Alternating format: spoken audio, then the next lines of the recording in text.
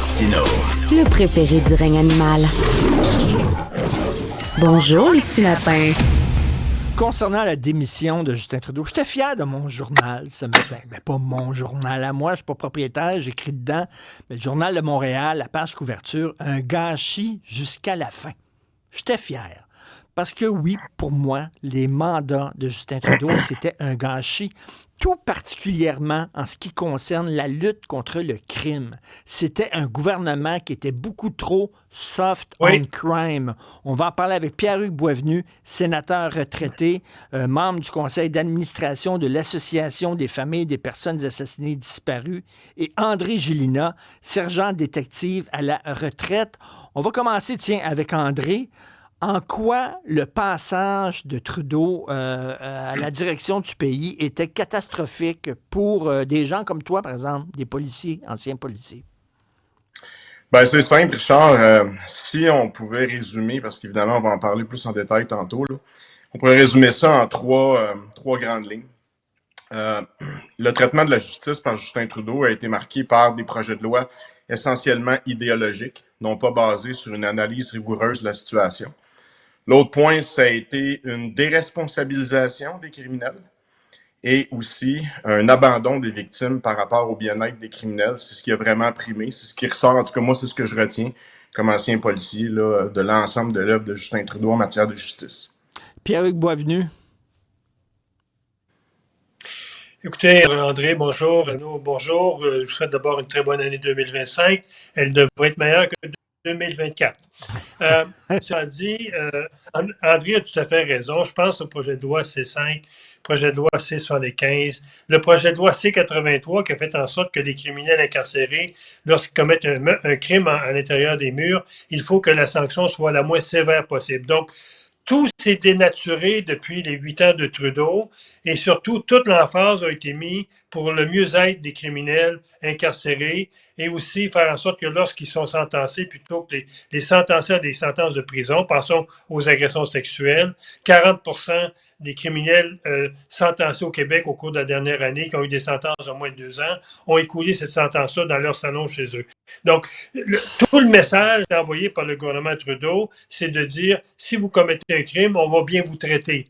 D'une même partie, Richard, c'est qu'on a fait adopter en 2015 la Charte des droits des victimes qui devait être améliorée par le gouvernement pour que les droits des criminels soient respectés puis qui évoluent comme les droits des victimes évoluent comme les droits des criminels. Mais il ne s'est rien fait depuis 2015 dans cette charte-là. Pire, c'est que le gouvernement a négligé totalement le respect des droits qui sont dans cette charte-là. Pensons aux audiences de la Commission de libération conditionnelle où encore aujourd'hui, on oublie d'inviter les victimes.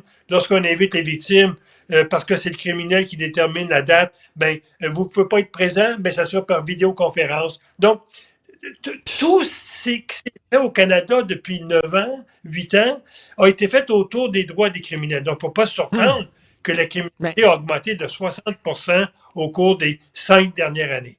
André Gélina, un gars qui tue son ex-femme puis ses 2 enfants puis qui dit, moi, étant donné que je m'auto-identifie comme femme, je vais aller dans une prison pour femmes. Ça, c'est Trudeau. Ça, c'est le gouvernement Trudeau qui a permis ça. Oui, tout à fait. Écoute, Richard, on en a déjà discuté, mais moi, j'ai été prêté pendant 40 ans au Service correctionnel du Canada. Et évidemment, ce genre d'événements-là, c'est des cas d'autodétermination, comme il y a plusieurs moteurs criminalisés qui ont le loisir de décider qu'ils sont dorénavant autochtones pour bénéficier de régimes alimentaires et de régimes particuliers. Il n'y a aucune vérification qui est faite. Et là, on a vu encore une fois un autre exemple d'une dérive extrême de cette situation-là où c'est le ressenti qui passe en premier. Mais M. Boisvenu a tout à fait raison quand il mentionne C5. J'ai témoigné devant la commission à Ottawa et j'avais fait remarquer aux parlementaires... Et c'est quoi C5 pour ceux qui ne connaissent pas? C'est l'abolition des peines minimales obligatoires, entre autres pour 14 crimes très violents en matière d'armes à feu. Et c'est aussi la possibilité de purger des peines, ce que j'appelle des peines Netflix là, à la maison, pour des crimes graves avec armes à feu, puis aussi pour des agressions sexuelles. Fait que c'est très ordinaire d'un gouvernement qui se dit féministe. Et en même temps, ce que j'avais fait remarquer aux parlementaires, c'est que nulle part dans l'ensemble du projet de loi qui ne faisait que mentionner la surreprésentation des Noirs, des Autochtones, des marginalisés en prison. Nulle part le mot victime était mentionné. Et ça, c'était révoltant. Pierre-Hugues Boisvenu, autre chose qu'un gars comme Adil Sharkawi, devant des centaines de personnes, devant les caméras, dise « Je veux que Allah punisse de mort tous les ennemis de Gaza » et qu'il n'y a eu aucune accusation portée contre lui. Ça aussi, c'est l'héritage de Justin Trudeau, j'imagine. Et tous les méfaits, pensons à l'occupation de l'Université McGill, tous les méfaits qui ont été faits sur ce terrain-là, on a dû refaire la pelouse au complet, ça a coûté des milliers de dollars à l'université. Personne n'était imputable de ça. Donc, quand vous voyez des gens qui contestent et qui ont un discours de haine de même, et qu'il n'y a aucune intervention policière, aucune intervention judiciaire pour faire en sorte qu'on n'accepte pas ça dans notre société, mais le message que vous lancez, Richard, c'est de dire aux jeunes, surtout les jeunes, parce que les criminels, André va me le confirmer, sont de plus en plus jeunes dans notre société. Lorsqu'on regarde dans Beauce, le jeune il était voyagé dans Beauce pour descendre des Hells Angels, il avait 14 ans. Donc, ça n'a aucun sens d'être tolérant avec des adultes qui commettent des crimes graves. Ce qu'on lance comme message aux plus jeunes, mais embarquez dans la criminalité, vous allez faire du fric et les policiers vous écœureront pas. C'est tout le discours autour là, de la justice sévère, responsable, qui a parti avec Justin Trudeau. Puis André a tout à fait raison quand il dit que lorsqu'on agresse une femme, lorsqu'on est violent sur le plan familial et que notre sentence est chez nous dans la maison, ça n'a aucun sens. Et les changements de sexe, c'est la même chose, Benoît. Richard, il y a 2 semaines, on a eu la première femme au Canada qui était reconnue homme, qui était incarcérée à Courant, sans avoir subi l'opération, ce qu'on appelle l'opération de changement de sexe. Donc, ça n'a aucun sens. Et c'est la contradiction du discours de Trudeau, qui dit, moi, là, je suis pour la protection des femmes, mais en même temps, il tolère qu'on envoie des assassins de femmes, des hommes, dans les prisons de femmes. Puis c'est le multiculturalisme.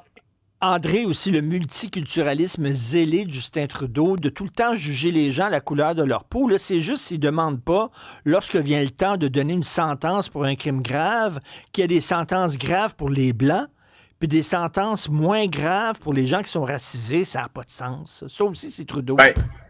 C'était essentiellement ce que le projet C5 disait. En fait, le projet C5 disait... Nous reconnaissons que parce que des minorités, notamment les Noirs, les Autochtones et les marginalisés, ont subi du racisme systémique et qu'ils sont surreprésentés dans les pénitenciers fédéraux, on élimine la peine minimale obligatoire. C'est un nivellement par le bas. On parle de gens qui ont été reconnus coupables par l'un des meilleurs systèmes de justice au monde.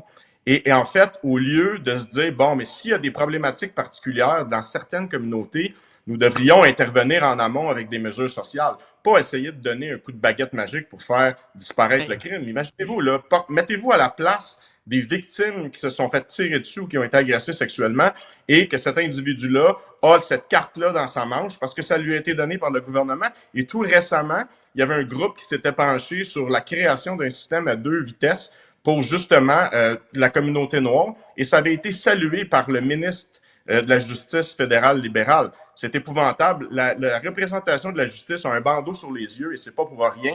Nous sommes tous égaux devant la justice. Il y a des facteurs atténuants que le juge doit tenir en compte. Mais évidemment, l'idée, c'est pas de niveler par le bas, c'est de faire des interventions où on doit en faire, mais juger les criminels tels quels. Et en terminant, Pierre-Hugues Boisvenu, est-ce que c'est une promesse ça, du gouvernement conservateur, du Parti conservateur, s'ils prennent le pouvoir, de redevenir un peu plus sévère envers les criminels? Bon, d'abord, Pierre Poilievre était très clair là-dessus. Ça va être la fin du wokisme dans le système de justice et dans le système carcéral au Canada. Ça, c'est évident.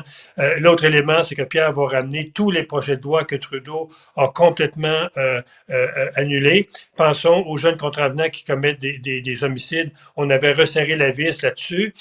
Pensons aux immigrants, aux Canadiens qui commettent un crime au Canada, qui ont une double citoyenneté.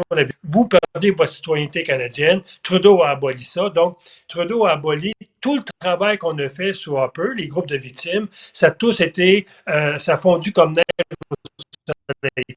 Pierre compromis Mais quand- qui ramènerait tous ces projets de loi-là pour faire en sorte que Pierre-Hugues Boisvenu et André Gélina, quand on dit que c'était Oui, un Richard. gâchis sur toute la ligne, c'était aussi un gâchis en ce qui concerne la lutte au crime. Merci beaucoup à vous deux.